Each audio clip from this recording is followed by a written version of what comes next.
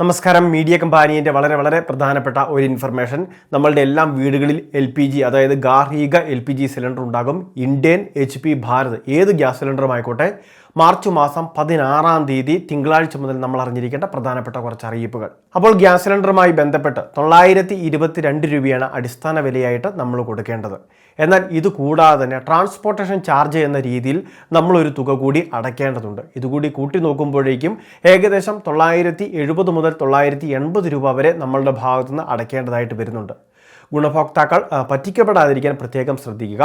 നമ്മളുടെ delivery agency, അതായത് ഏജൻസിയുടെ ഓഫീസിൽ നിന്നുള്ള ദൂരപരിധി കണക്കാക്കിയാണ് ഈ ട്രാൻസ്പോർട്ടേഷൻ ചാർജ് ഉൾപ്പെടെയുള്ള കാര്യങ്ങൾ സർക്കാർ നിശ്ചയിക്കുന്നത്, അല്ലെങ്കിൽ കൃത്യമായിട്ട് നമ്മൾ അടയ്ക്കേണ്ടത്.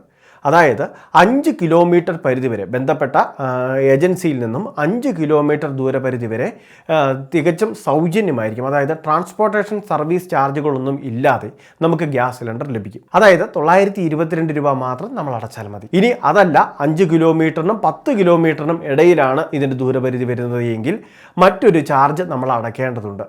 അത് 35-നും 50 രൂപയ്ക്കും ഇടയിലുള്ള ഒരു ചാർജ് ആയിരിക്കും.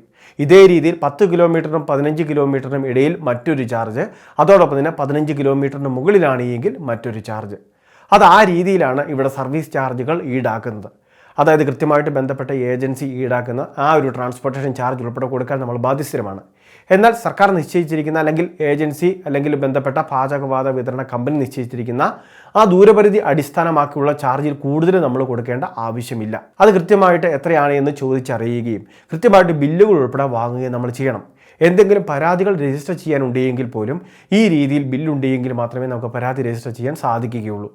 നിലവിൽ ജില്ലാ സപ്ലൈ ഓഫീസർക്ക് മുൻപാകെയാണ് നമ്മൾ പരാതികൾ സമർപ്പിക്കേണ്ടത്.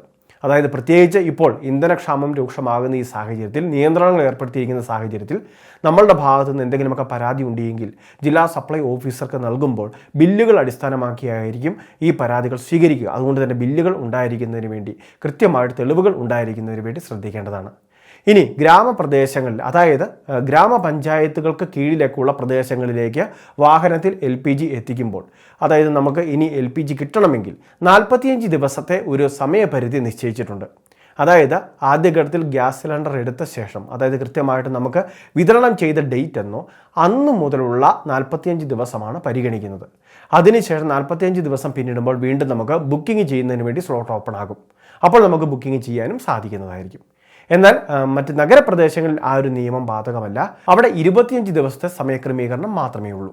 അവർക്ക് നിലവിൽ ഗ്യാസ് സിലിണ്ടർ 25 ദിവസത്തിന് ശേഷം ഈ രീതിയിൽ ബുക്ക് ചെയ്യാൻ സാധിക്കുന്നതുമായിരിക്കും. അതുമാത്രമല്ല, മാർച്ചിൽ വളരെ വൈകാതെ തന്നെ ഇന്ധനക്ഷാമം പരിഹരിക്കപ്പെടുകയും അതിനുശേഷം ഈ നിയമങ്ങളിൽ മാറ്റം വരികയും ചെയ്യുന്നതാണ്.